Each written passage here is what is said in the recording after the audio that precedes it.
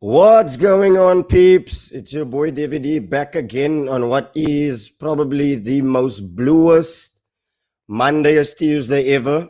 As you can see, I'm wearing blue. The jersey's in the back is blue. We're back again with our water. So that can already tell you what it's been, what a weekend it has been. But nonetheless, the show needs to go on. So let's do this.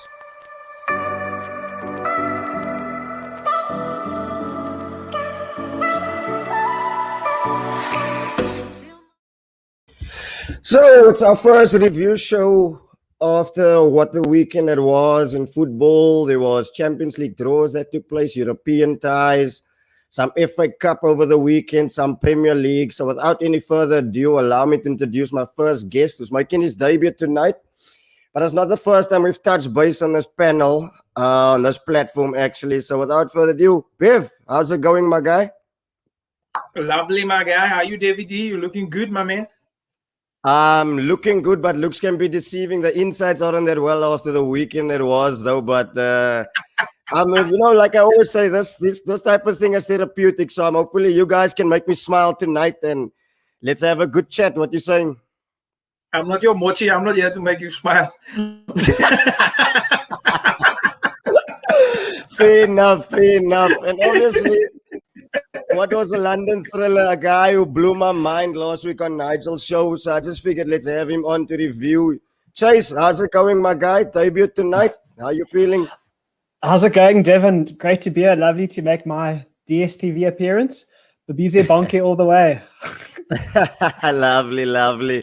We'll get into the game. And then obviously our last guest, people are wondering where's the United guys gone. So let me. Oh, sorry. Oh, who's that? Sorry, Dale. Talk to me. Well done, David. Well done. Evening, guys. It's nice to be back. Well done. Nice meeting Chace for the first time and Bevan. And thanks, Devin, for having me once again on tonight's show, my man. Really looking forward to being here. Lovely stuff. Let's get right into it. What you saying about this guy, man? Look at him. If you don't know the score, actually, I saw that on someone posted all the other managers after they lose, and here Ole comes and is smiling. But of course, he has a different type of losing mentality in him than what we have as supporters, you understand. But getting to the result, it was actually 3-1. Very, very poor result for United. We're no longer going out in the semi-finals. He said, let's turn it up and get out in the quarterfinals.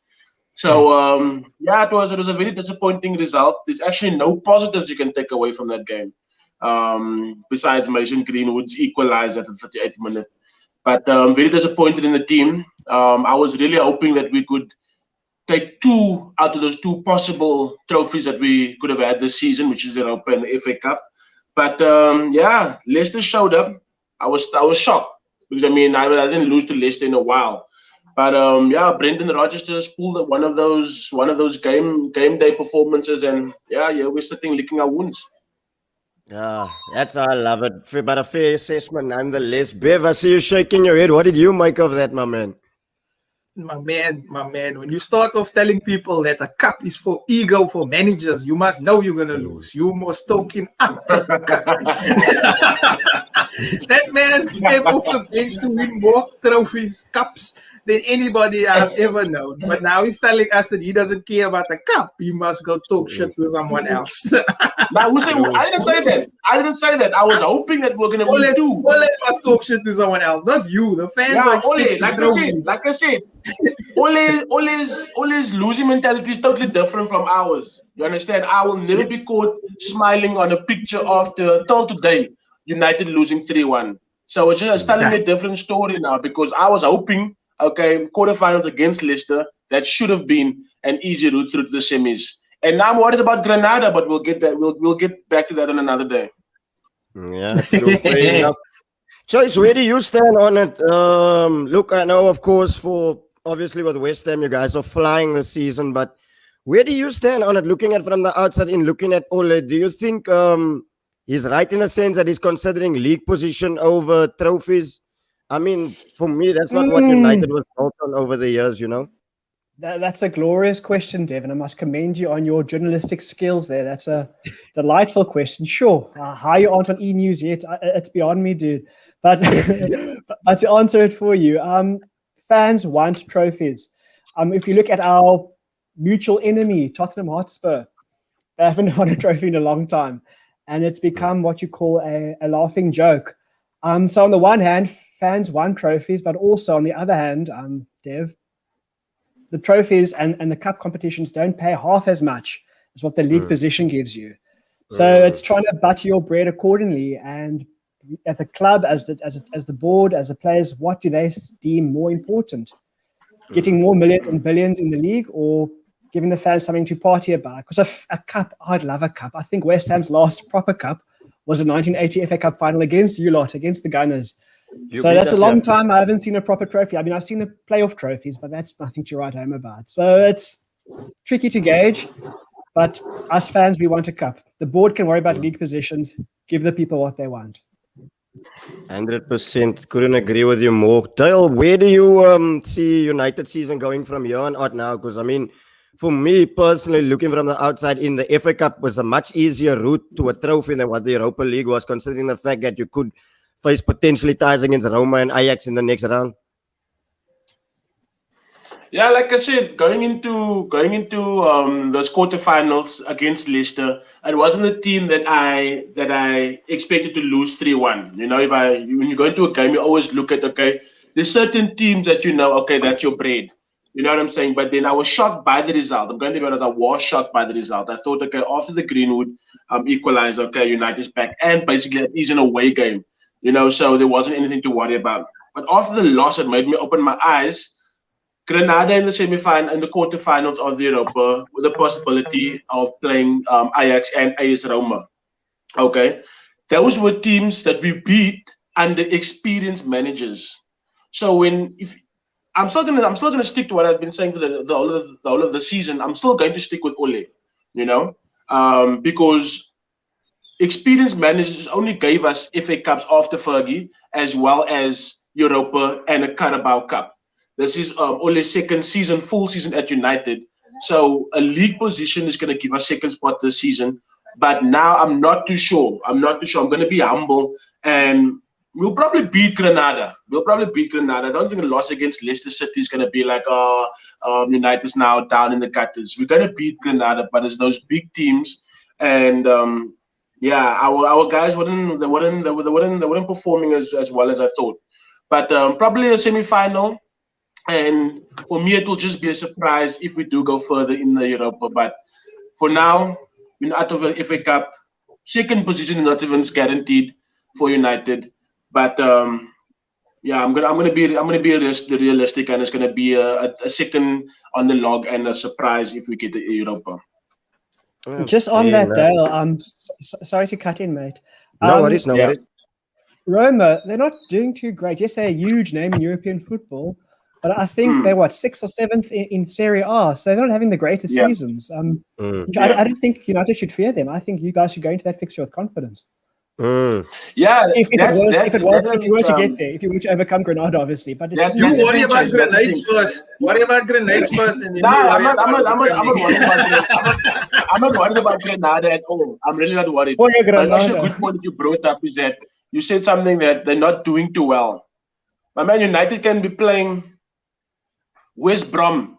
They're not doing too well. On the day, they will give us a game. United's not at that standard where we can look at a team's log position and say, okay, that team is out. That can no longer happen. It's basically on the day, and for me to say, okay, if it is Roma that we get in the semifinals, I'll be worried, as well as Ajax. FA Cup was supposed to be my game to go through and say, okay, it's a Premier League team. All those teams that I played against in the Prem, I play them on a regular basis. But when last did I play against AS Roma?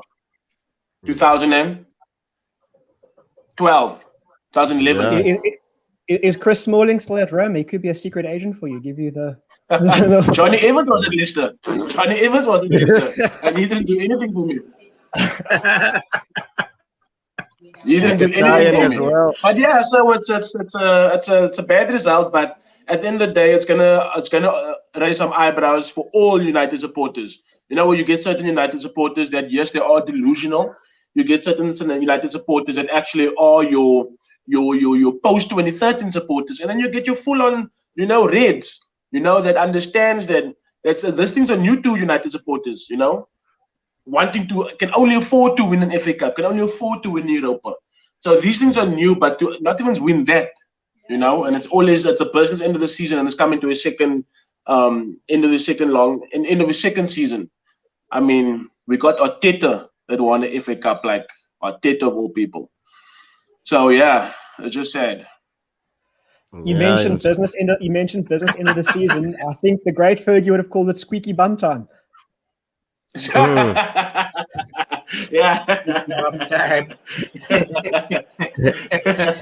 Interesting that he mentioned Arteta actually, because I want to come on to this. Bev, you know, I was chatting to Chace on Saturday before the game, and I said, okay, you're going to jump on. And then within the first 30 minutes, we're 3-0 down. I'm thinking, oh my God, Chace is going to rip me when he comes on here. But I want to know your thoughts, because that first 30 minutes was disgusting. It was embarrassing. I take nothing away, Chace. You guys are flying. But the first goal, I take nothing away from Jay Lingard. Obviously, he's going to turn into prime Ronaldinho when he plays against us. But the second goal, Bev, that the schoolboy, 6 players I can count on my hand, turning their backs. Boom, there. And for a goalkeeper to get beaten on the near post. Then the third goal, and then I looked at it and I think to myself, Arteta, why did you make so many changes? Why are you dropping our best centre-back all of a sudden? Why is Callum Chambers coming into right back? But that's my thoughts. Look, I still look at you can look at it, the glass half full because we came back. I look at it as half empty because I take nothing away from West Ham. They're flying the season. But again, why are you 3-0 down in the first place? But what are your thoughts on it? What can I say? I thought they were going to give us, I said there were going to be 6 goals, but I thought they were going to give us 6-0. The way we looked in that first. It could have been worse. It could have been peaking at first. I was like, I was sending messages to West Ham people like, yo, guys, congratulations. You're looking good. I'm just disappointed in the back line because that back line is so inconsistent. It keeps chopping and changing. It gives me a headache. So I don't understand why it needs to change so often unless there are injuries or serious fatigue. Your backline is your backline. Change it in a different competition if you want to, but keep your backline consistent, especially the centre-back pairing, which I don't understand that man at all. And it's just difficult to figure out what he's going to do next. And the faith he has in certain people is preposterous. And it showed us how we were manipulated. We were toyed with in the first half. Yeah. There were just so many negatives that came from that backline, especially. And Aubameyang starting was a disgrace. He should never have started. Pepe should have started against West Ham because he loves playing against West Ham. He enjoys them. The same way Lingard loves playing against Arsenal. The same way Pepe would have at least had a better showing than what Aubameyang had because he's super lazy, super inefficient. He's going to give you a hat-trick once every 4 weeks. I don't need that and I don't want that. So it's just, it was sad to watch, but I'm glad we could pull it back in the end, but we should never have been in that position in the first place. All credit to West Ham, though, obviously. Great season, playing remarkable football. You can see it by the call-ups that are coming in. And I mean, Lingard, I love Lingard, and I'm glad that he is playing football again because he's a damn good footballer. He's a joy to watch. And you shouldn't bother going back to Manchester United unless he seriously is committed to making a difference there. But I think if West Ham signed him, it would be great for them. Whoever gets him because he's a good footballer. But Arsenal-wise, backline, horrendous. Aubameyang, horrendous. Odegaard, man of the match, hands down. And that Chambers decision to have him playing was stupid. Cedric should have just played, end of story. But yeah, I'm off and off. I'm disappointed and I'm obviously relieved because look at Chace smiling and nodding here because he's frustrated. He's frustrated because Chace knows they should have beat us. And when Antonio had that ball that was practically in the net and he decides to that was supposed to be the winner. That was the best.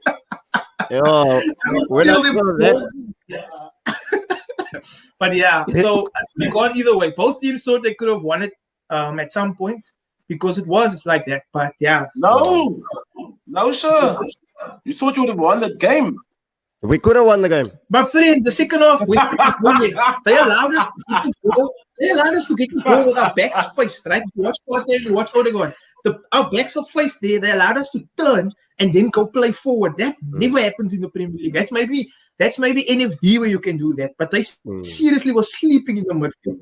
So there's no doubt about it. I don't think Arsenal deserved even a point out of that game. That was it shouldn't have happened. Like, for me, I'd be rather more disappointed in West Ham for not finishing Arsenal off. You know, that goal of Antonio would have like literally finished you guys. But I thought it was like, talk about first 30 minutes. I was like, nah, you guys were. It was really a pathetic performance, to be honest. I can't understand. It's 2021. Yes, I understand David Moyes doing well at West Ham, but going 3 goals down in the first half, let alone the first 30 minutes? 30 minutes, yeah. Nah, poor performance from Arsenal. Very, very poor. I was surprised. I was like, what more can Arsenal do to make me hate them more? And I was like, yo, David Moyes, come on. Chace, I see you sitting quiet. I actually wanna jump onto you, Chace. What did you make of it? Look, like I said, like Bev alluded and like Dale also said, you guys tore us a new one. Antonio, Lingard were ripping us to pieces. How do you feel about that game? How did you feel afterwards? I thought I'd never get a chance to speak. Sure. You saw echt gefriet with that microphone.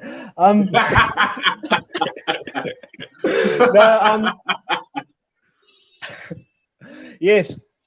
I was speaking with Ashraf and Nigel on Sunday, heading into the fixture, and we were giving at the end of the video, we were giving our predictions, and they were all 2-1, 2-0 to Arsenal. Obviously, they're gunners; they must fall for their team. I was taking the Mickey, and I said 4-3 to West Ham. I was quite close. I wasn't that far off with my 4-3 prediction. So it was a hectic game. Look, 3-0 for West Ham in the first half. That is Christmas, Easter, and your birthday come early. That was unbelievable scenes. I remember in the 7th minute, I texted my mate and I said, this is the best 7 minutes of my life. Before we even scored a goal, just the fact that we were camping in the Arsenal box and just attacking. I mean, to use the cliche, it was attack first, defense for that first few minutes. 3-0 up. Wow, I was buzzing, excited. But here's the thing with West Ham. You always expect the worst. Even in the I'm Forever Blowing Bubbles anthem, there's a line that goes, they fly so high, they reach the sky. But then like my dreams, they fade and die. That's the West Ham anthem, and that's how it goes. You're on cloud 9 1 second, and then next, there goes your 3 points. But there's a lot of talking points in this game. Lingard's goal, just to go back to Lingard, we spoke about it last week when I met you, Dev, on Nigel's channel. I wasn't a fan of him because he wasn't doing much for ages, and he seemed problematic. But just shows that. But this just goes to Moyes' testimony, how he improves players. Lingard, everyone wrote him off. I was disappointed when he got him, but he proved me wrong. The boy is delivering. Also with our 2 checkmates, Soufal and Soucek. Nobody knew who these guys were, but they could probably waltz into any club in the Premier League today. And a lot of other players too, I thought had their day. Cresswell, I thought he was old news. Ogbonna, I thought he was old news. But these boys are delivering. We got rid of Ale, we got rid of Anderson, and now Moyes is building the team he wants. And the Messiah is doing what he needs to do. So I'm very happy with Moyes. But to go back to the game and back to Lingard, what a goal. The second goal was quite controversial with that free kick. Some people say, the players weren't ready, or John Moss should have done that. But that's, you're professional. Keep your eyes on the ball. Don't go and don't turn your back on the ball. It's like that's the first thing you learn in under 5s. Don't turn your back on the ball. And that third goal, sure. No, I'm delighted with West Ham. However, it's never West Ham never do things the easy way. And when I think it was and then 2 own goals. We scored 2 own goals. And what makes it even worse, Craig Dawson scored an own goal last week against Man United. If he scores an own goal next week, it's a hat-trick of 3 consecutive own goals. Look, biggest central defender, it's occupational hazard. You're always going to risk scoring an own goal. You can't say the guy's fraud, or you can't say he's a bad player. Because I also, just like Lingard, when Craig Dawson came to West Ham, I wasn't keen. I was like, what? He's a Watford reject. What's he doing in the Premier League? But he has proved me wrong. He's scoring goals from set pieces. He's kept a few clean sheets. Yes, he has 2 duds and 2 OGs, unfortunately, own goals, unfortunately. But the lad's doing very well. It's just unfortunate it happens. Same as Sushek. What a boykie. What a player. Oh, what a beauty. He's so humble. He's just an all-round nice guy. And I don't think anyone can say a bad word about Sushek. And it's unfortunate he scored an own goal. Because look here, if those 2 own goals never went in, it's a 3-1 win to West Ham. Exactly. Which brings me to John Moss again. I don't know if you recall, but there was an incident where John Moss, the official, gave West Ham a foul. However, advantage could have been playing, and we were playing advantage. And then I think Moyes lost his cool and he was freaking out on the touchline. But let's just say, I know if is the longest word in football, but let's just say advantage was played. And West Ham, I think it was Ben Rama and Lingard, one-on-one with the keeper. That could have been another goal. That's a game changer. Yeah. So it's 3-3. It's better than a loss. I know you guys are disappointed because you drew against West Ham. I'm disappointed because we were 3-0 up and we threw it away. But a draw is a fair result, and it was a game of 2 halves. I mean, sure, Arsenal, I don't think they had a touch in that first half an hour, but once you guys got that goal back, that ignited a fuse under you guys. And I think also Arteta must have spat some bars at halftime, because what a different team completely. You should have started with that team, that mindset. But unfortunately, it took you to be 3 goals down to wake up. But hey, that's why we love it. Yeah, true. It's always been our Achilles heel. But again, like you said, exciting times lie ahead for the Hammers. Look, I want to play a bit of devil's advocate here. You've mentioned you've got Suchek. Obviously, Declan Rice is another player that's also highly rated in terms of the transfer market. Obviously, Jared Bowen. Noble is finishing at the end of the season. Would you cash in on one of them? And do you trust Moyes to reinvest that money into the squad? Because like you said, he got rid of Haller. He got 25 million for Haller. Brilliant piece of business as well. But also, again, the question I'm asking, I know he's rated Declan Rice as 80 million, 100 million, whichever. But surely that money, he's going to go eventually. Surely that money can be used to reinvest it in your squad.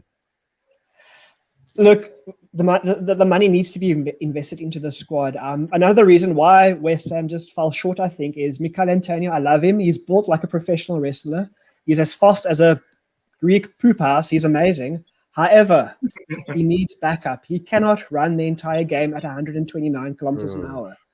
And here's the issue I have. We never bought another centre forward or a striker, which leaves us with Antonio doing man alone up front, and that's heartbreaking because he can't do it. And if we had that extra legs, I mean, we bought on Mark Noble. I love Mark Noble. He's Mr. West Ham. He's a wonderful servant for the club. However, he never had pace, and now at 33, he doesn't have much pace left in him neither. So to bring on Mark Noble in the late stages of a London derby, we could have brought on any other striker if they just spent the money better. That is heartbreaking. But I have full faith that if we were to sell one of our top players, it will be reinvested into the squad. Look, Moyes is building something gorgeous. Under Pellegrini, the owners we've got this big new stadium, get a top Manuel Pellegrini, won the league with Man City, performed amazingly in Spain, and it didn't translate well with West Ham. It's a proper working class club. You got to do things, dare I say, the hard way or the right way even. Now, Moyes is building something. I believe the first port of call, give Moyes a better contract. His contract is not secured for next season. We have to secure him. Now, when this season started, our number one priority was holding Declan Rice. I mean, this kid he's world class. He's in the England squad because he deserves it. Now, it's not just Declan Rice we have to look out for anymore. It's Declan Rice. It's Suchek. It's Jared Bowen. It's Kufal on right back. It's Lingard. We want to get this guy permanently now. So what started with just one player, now it's the manager and about half the team already.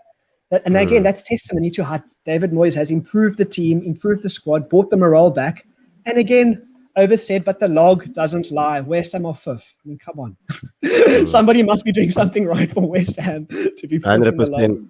So that is, but yes, I don't want to lose any of those players. If I had to lose one, I think they should sell Lanzini, and also they should look at shipping Yarmolenko. Those are the 2 I'm willing to let go.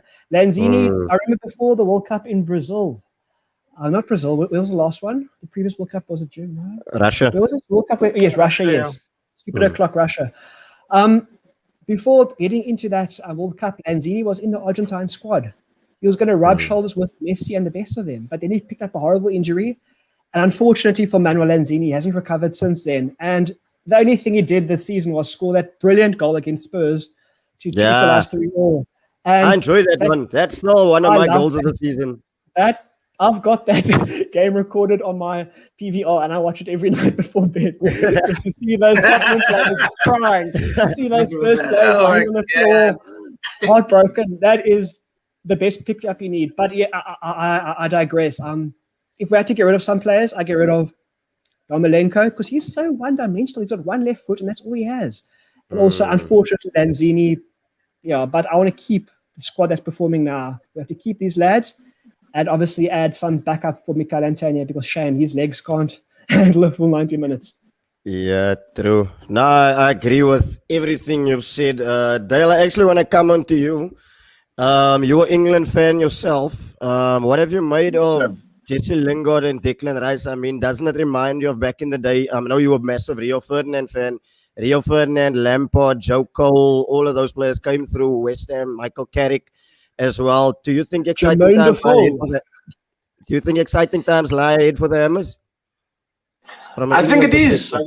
And Chace, he did right on the head. Was that their teams? And while you was talking, I'm just actually fantasizing how Declan Rice will fit in United. How Declan Rice will take away my defensive midfield from a fake Brazilian named Fred, from a Scott McTominay that performs inconsistently, from a, Matic with a chocolate right foot. Declan Rice will fill that position in a Manchester United, and he's a Manchester United player. You know what I'm saying? Keep your number 41 in defensive midfield. But yeah, I just need to get that out. I was just thinking about that now. Declan Rice in the England squad, beautiful. Beautiful. I've suffered too long to see Eric Dyer there, my man. Too long. Declan Rice is a player that has a capability of passing with the left foot and the right foot. Good on the ball, good off the ball, aerial threat. I would believe there's a little pace to him also. He's young and he's going to make that position his own for a very, very long time. And that for me, comparing him even to the England greats, of the past, Declan Rice will be one up because I have had players, that had individual qualities, but they had their shortcomings. But this is going to be camaraderie. It's going to be players coming together, And for me, that Declan Rice in the England squad, it's going to be beautiful. It's going to really be beautiful. So I see him making that position his own. It's going to be very tough for West Ham to keep a hold on him, keep a hold of him going forward. But I think that Declan Rice, very good player. I like him a lot. And yeah, England's just going to do well with him. And then with Jesse Lingard, like Bevan said, he likes him a lot. I definitely, I love Jesse Lingard. David, I don't even remember that that post, that podcast that we had. I think it was at your place. When I actually stood up for Jesse Lingard, he's our academy player. You know what I'm saying? He's our academy boy. You don't let go of your players. And for me, it's just like it's like I'm gonna use the word again, not Chace. It's testimony to the hard work, and for him to have him, in the England squad, it's actually it's just a matter of how Southgate is just gonna keep that momentum within the boys. It's very difficult when you're performing in the formation of your club and then coming into your country football. But I mean, these players, fortunately, Declan and Jesse Lingard plays together. And all the other players are doing quite well. I mean, Phil Foden's coming in, Luke Shaw, those guys coming in. So, yeah, Mason Mount and Saka and stuff like that. So it's young guys. And I think they're going to gel very, very well. Get rid of the old dead wood and bring in the youngsters that's actually performing. Just on Rice again, I don't know if you Gunners remember, but during the match on Sunday, he had this phenomenal Ryan Giggs 1999 semi-final Yeah. runs. But Declan Rice just Yes. through the entire. Yo. He ran from Yeah. one end to the other. I was like, please score, please score, please score. Wow. Yeah. He's got That it was in a him. For a beauty. That central was a defensive beauty. midfielder, he has it in him. Yes. He does. Yes. Nice, brilliant, I must admit. I actually want to come on, of course, Bev, there was, as you can see, out of the London teams, I think we are the worst out of the lot. So, I mean, you've got Chace that's flying. I don't want to get onto Spurs, they're still shit. But another Crystal team, Palace is worse. yeah, another team that is flying and have made changes to their management, of course, Chelsea. And what have you made of Thomas Tuchel's blue train that keeps on flying? Son of a bitch. Yeah, I wanted Lampard to stay, but why did Fat Frank have to leave? I was having such a glorious time with Fat Frank being so inconsistent and so erratic and so stupid. It was amazing. And then they decide to sack him, and now we're all suffering here. They could have been nicely, firmly in 11th place, and we could all have been one step closer to where we'd all need to be. But Tuchel's come in here and conceded very little goals, just gone around winning as many games as possible, and not just in the Premier League. I mean, geez, FA Cup, Champions League, where else do you want to prove it? In the World Cup. The man is on fire, he's handling the business. We brought in some of the old dogs that Lampard decided to chuck out, and then I think it's simply a language issue for Lampard. He couldn't speak Italian, he maybe couldn't speak Spanish, and then he decided to just keep English people there so that he could speak a little bit of English to everybody and talk shit. And then Tuchel came in and showed him exactly how it's done as a professional and as an experienced manager. So Lampard maybe needed more time. He should maybe go back to the Championship, maybe see if Newcastle needs a manager, and he can start to learn what it's like to look after a super club. But yeah, the evidence is there for everyone to see, guy. He didn't change anything. I mean, in the sense of he had the same players. Didn't buy anybody. Didn't do anything. He just took what he had and look what he's done. Werner is still a piece of shit. We all know that. There's nothing you can do about that. Timo Werner's horrible. But I do believe that he will come around because Didier Drogba in his first season was possibly the worst footballer I've ever seen in my life at Chelsea. He was horrible, like super horrible. And then they gave him a season and a half, 2 seasons he got into it. So maybe Werner can do it, maybe he can't. But I'm sorry to say, but Chelsea are threatening and they look good. So yeah, it's disturbing. They can keep clean sheets and they can score goals. Like everybody they bought is finally woken up, apart from Werner. But imagine if they get him to click, then we are all in for trouble.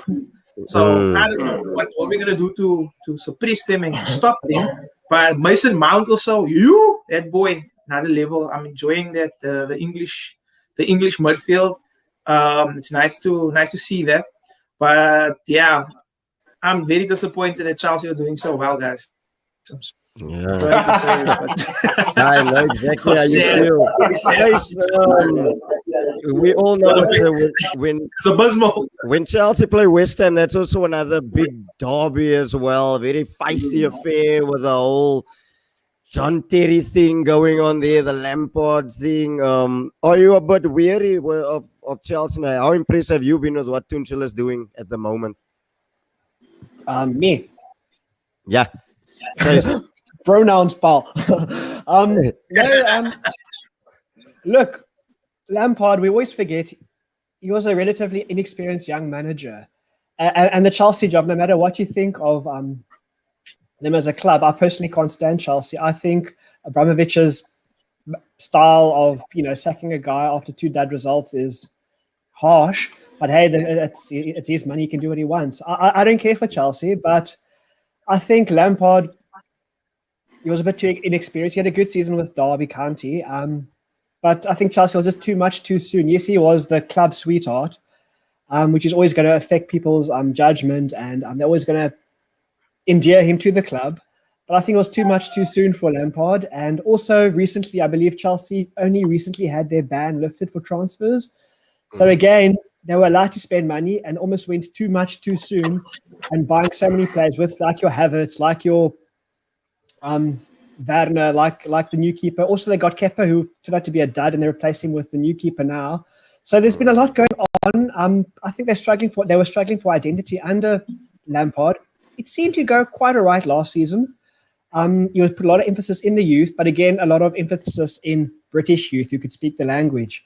But I mean, Tuchel, he has experience, and there's no substitute for experience. So, yeah, I think it's the right decision.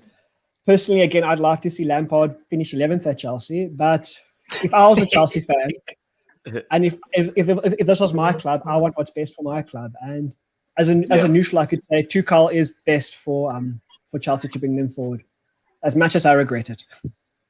Yeah, true. I share the exact same sentiments. Yeah, look, let's come on to something that sparked a lot of conversation last week Friday, the Champions League draw. Dale, I want to ask you first and foremost, who's your semi-finals, and then who would you say is going to win this competition? Yeah, I'm not gonna. It's been a while that I've played in the semi-final or watched any type of semi-final football, but I'm going to. It's obvious. It's clear as daylight. Bayern München is going to win this season semi-finals. It's clear as daylight. They've got the biggest bottlers in football history. Next week or the week after, PSG. That's going to be easy. The biggest bottlers. Bayern München. So you're going Bayern all the way? I'm going for Bayern München. Bayern Munich. Bev, how about you? I'm going to say, you know what? If Bayern don't take it, then City absolutely will. If City can overcome Dortmund and then actually do something against Bayern, which I think Bayern will, like you said, biggest bottlers ever, PSG. I hate PSG. Full-on Farmers League. I don't have time for such shit. I love their clothing, though. Ooh, yeah, Jordan. Yes, they drip us fire. The drippers is fire, but the football is utter garbage at times. And it's proven by Neymar wanting to sign an extension with him because he is a bottler and he's known for not wanting to be an achiever. So he gives up. He gives up. So yeah, I think Bayern are quite strong, but also just remember they're very inconsistent this season as well. Their league form has been very crazy. But on the day, if Bayern's awake, they're gonna give you one hell of a game. So I would say. Yeah. I'd say definitely Bayern, but I don't know why. I just don't mind if Man City takes it. I don't know why. Don't ask me why. I think it's my love affair with Pep because he's such a great manager, and I just enjoy his ethos of managing and playing style. You have to give credit where it's due, when you see people playing champagne football at times, man. And that's what I like to see. I can't handle garbage football, and that's what I've been watching a lot lately is garbage football. So. The champagne football I always appreciate, and I like to see it going forward and actually winning something. So yeah, to me it's between Bayern and Man City, but yeah, that's just what I think. Fair enough. Chace, where do you stand on it? Yes. Just before I give my thoughts on the Champions League, Viv, you mentioned that PSG is the Farmers League, Ligue 1 or Ligue 1, whatever you want to say in French. The Farmers League. Tell me, how many times did Arsene Wenger go shopping in the Farmers League? Listen, you know where they find diamonds? In Sierra Leone. You know where they take the diamonds? To Switzerland.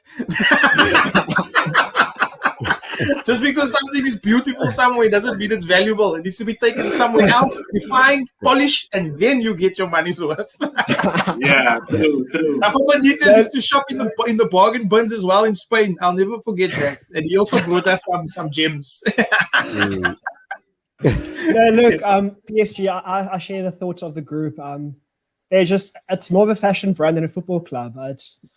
I don't care for Neymar. If Neymar could sign for West, I don't want him. I don't like his attitude. I don't like his aura. There's nothing I want about that style. It's those ear defenders, big ear plugs, earphones on them.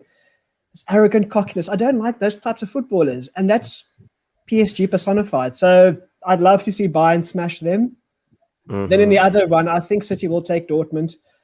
Look, Dortmund are good, but the Premier League is just too strong, and the clubs in the Premier League are very, very strong. And Man City and Pep and Foden, all the lads at Man City, I don't see Dortmund coming out alive. It'll be great to see an all-German semi-final. That'll be very entertaining.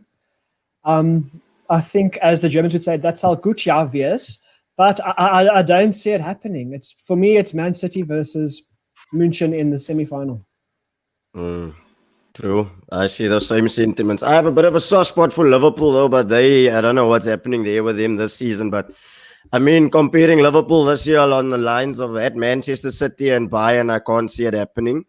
Let's come on to the for Liverpool. Yeah, Why I do you do. have a soft spot for your abusers? We Stockholm syndrome.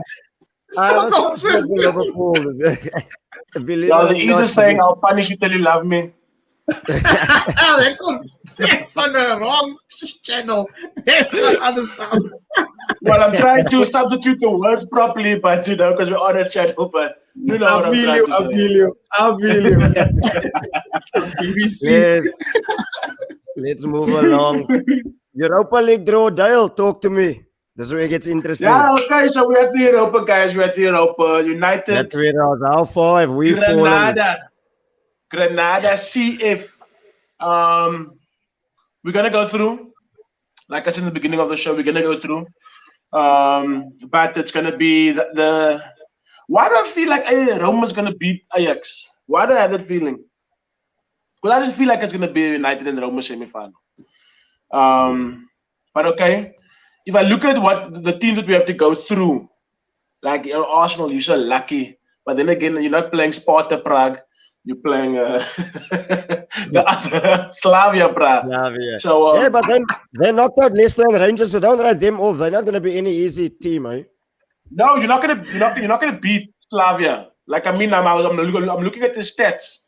Like, they're running away in what do you even call this thing here? What is the CIS first league? Czech first league.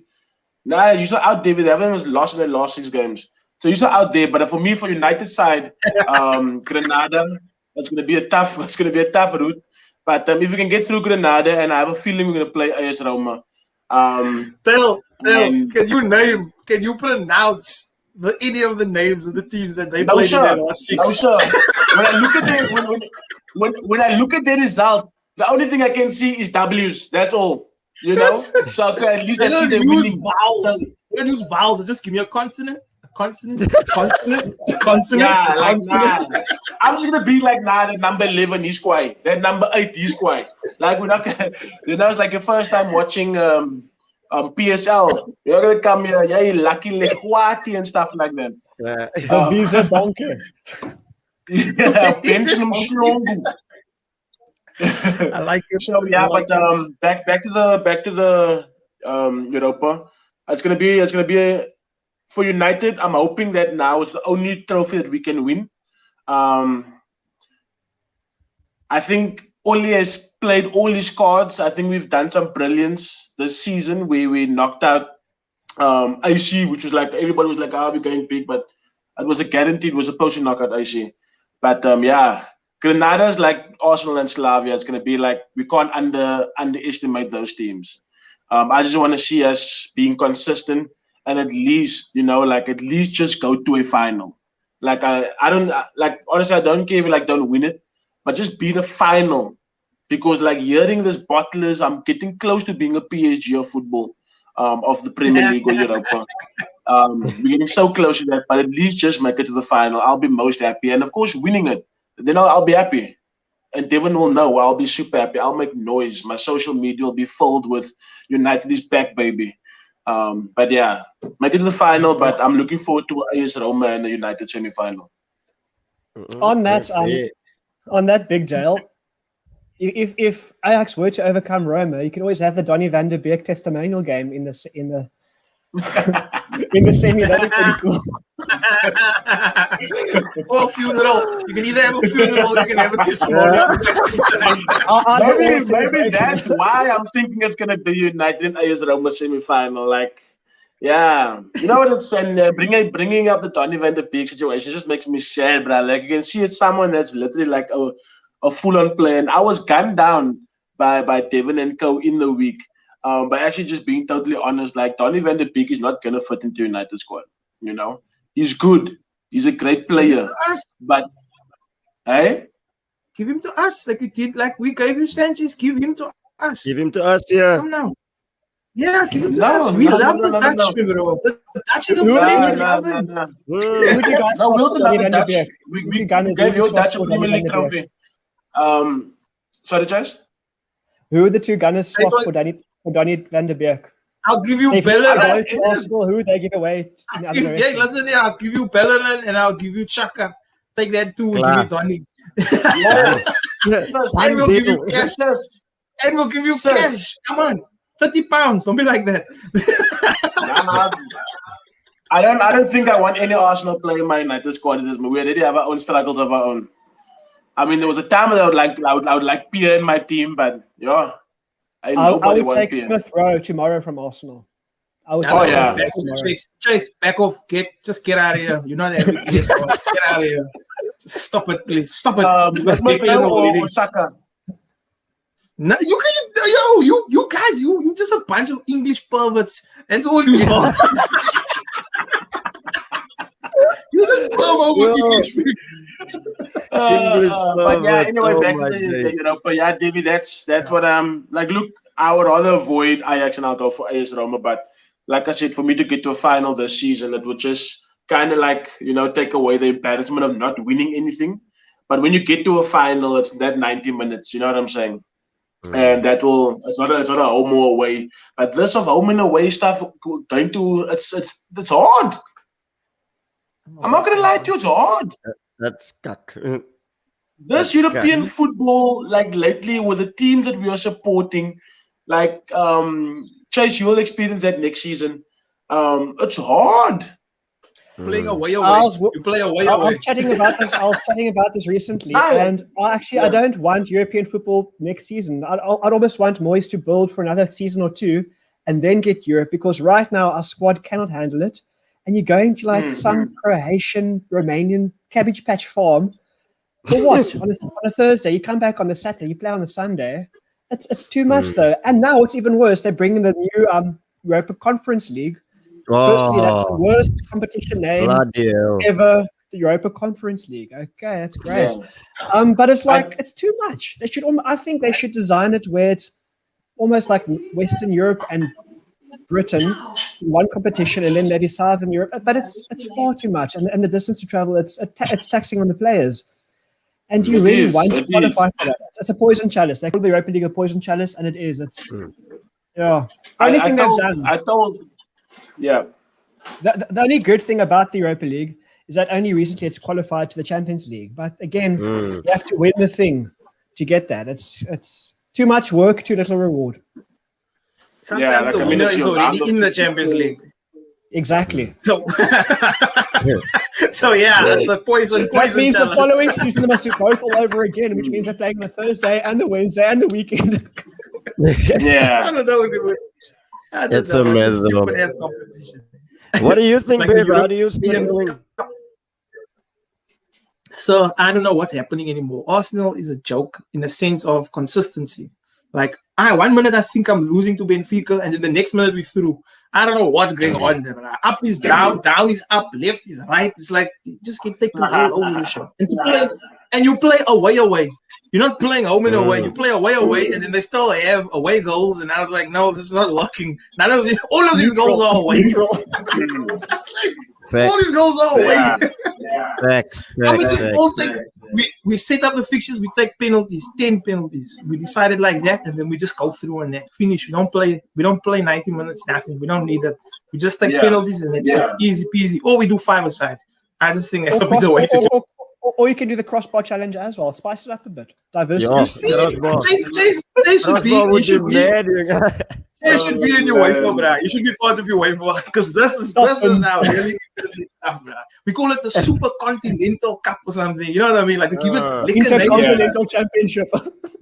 Here we go. We give it whack names. We go for it. But now, honestly, I think United should do a number on Granada. I hate United with a passion. Like I hate United very much. United, Liverpool, Tottenham, I despise. But that said, sometimes when I watch them play football, I do enjoy it because of Bruno. Bruno is a fantastic player, and Rashford. I love watching Bruno, and I love watching Rashford play.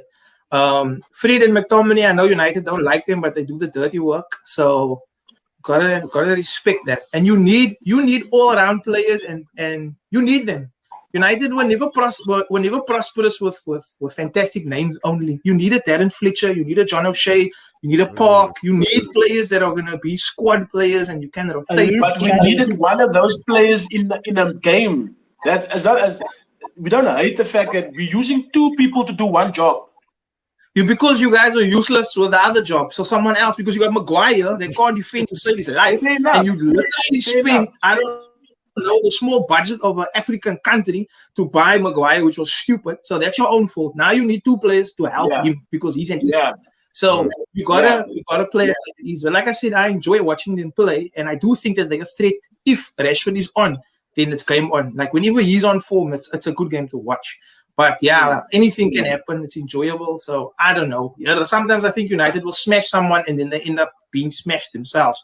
So it's going to be interesting to see. And Chace, good luck for Europe. Good luck. You're going to need it. I'm going to lose my passport on purpose, I suppose. Listen, just on the Arsenal fixture against Slavia Prague, that's a fixture close to my heart because obviously Soufal and Soucek are from Slavia Prague. So that's two West Ham signings recently. And so I'll be having my eye, because I wouldn't be surprised if the next West Ham star comes from Slavia Prague. So I have my eyes on that fixture, definitely. No, that's going to be a tough one. We're coming to the end. So I just want to throw something in there just for us to chat as per normal. Look, obviously there is a end of an era coming now in the terms of Messi and Ronaldo. So I want to come on to each of us. You have all the money in the world. You can only pick one of these two players because I think these two are the next bad boys. Chace, I want to come on to you. Mbappe or Haaland, who are you picking?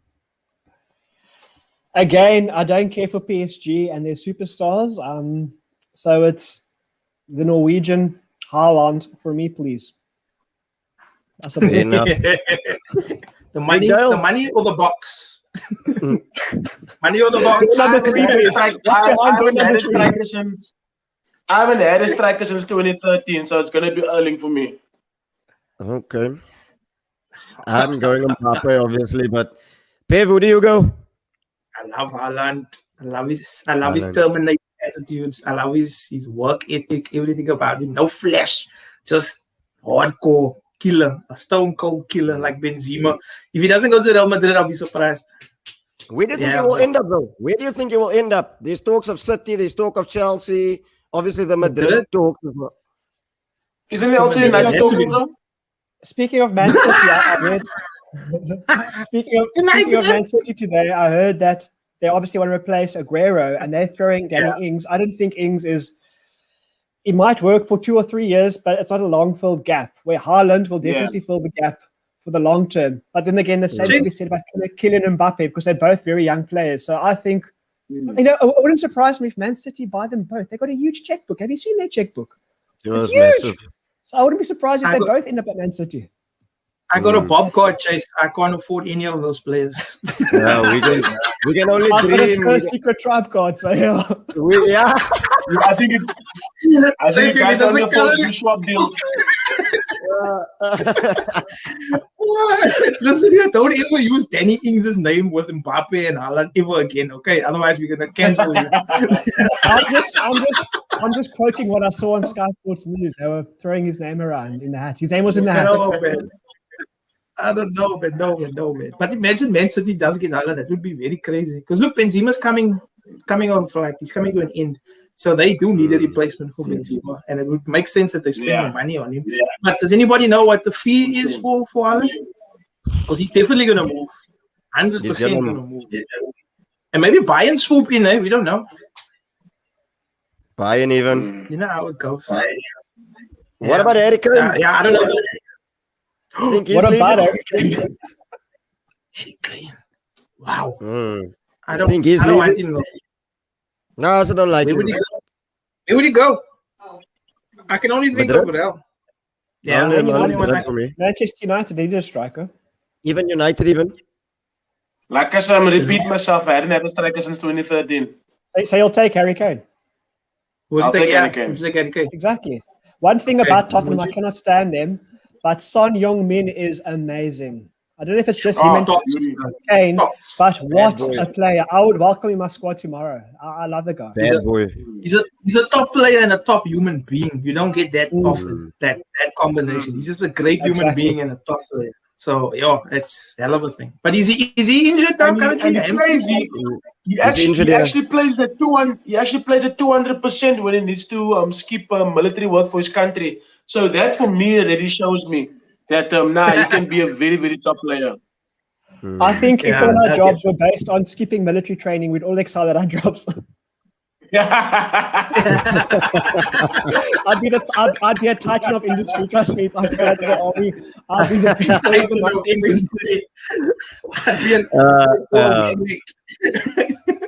month. But gents, I must admit, it was awesome chatting to you guys. So now let's just do some final thoughts. I'll start with Bib. Any final thoughts from you, my brother? My brother, I just want to win games. Like being in double digits for losing, I'm over it. Yes, it's just Otita, if you're here, I know you're watching. Stop messing with the back line. Pick something and stick with it. Okay, it's like a wife. You've picked it, now stick with it. Stop it. Okay, just focus, please, please, please. I'm just so tired of the erratic behavior. We just want some consistency. That's all. So that's my greatest wish is to have some consistency in the back line. Chop and change the midfield in the front, all you need to. But get some consistency with the back line. Please, please, please. That's my final thoughts for Oteta Asblief. 100%. Chace, your final thoughts, my man. I hope you enjoyed it. I hope it was fun. No, I had a wonderful time on DSTV today. Again, Babize Bonke and so much more. Thank you for having me. No, but my final thoughts, Dev. Look, it's actually two pronged. I'll be very quick and brief. I don't know if you guys noticed, but the fixtures and the TV this weekend, it was few and far between. And that's getting me ready for the international break next week. And I'm dreading it. I cannot stand the international break. Dude, at one stage, I was watching Watford versus Birmingham this weekend on Saturday. There was like nothing else on. It was either watching WrestleMania from 2006 or Watford and Birmingham. So those were my options, literally. But just final thoughts as we close. As I mentioned earlier, we started the season hoping to keep Declan Rice. We have so many more players to keep and secure the futures of, including the manager. So I just hope the powers at West Ham they open their checkbook or their Bob account or their Spurs secret tribe and they secure these players for a longer term. That's all I want. Lovely stuff, my guy. It was awesome having you on. That definitely isn't the last that we see of you. It's always, like I said, it was always refreshing to hear another supporter's thoughts, especially someone as knowledgeable as yourself. So thanks for jumping on, my guy. Big Dog, talk to me.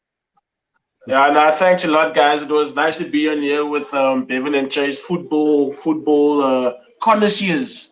Knows a lot about football, and it was nice actually hearing from you guys, and I hope to get to hear from you soon. And David, thanks a lot, my man. Like I said, hopefully a final this season. But for me, Chace, I still get to watch Thursday night football because it's England versus San Marino. So yeah, my week is not going to be that dry, but I just hope that we'll see more of Donny van der Beek at the business end of the season. Cool, fair enough. And yeah, that's it, guys. Thanks a lot. I just want to plug another thing. Dale will be having his own show on my channel, which is launching soon. What's the name of the show going to be, big man? The Red Table. The Red Table Talk. So it will be more of a united feel to it. He'll be hosting that show, so look out for that. But thank you again for jumping on, guys. You guys were awesome. You guys were legends. And have a blessed evening further. Thanks, guys. Guys.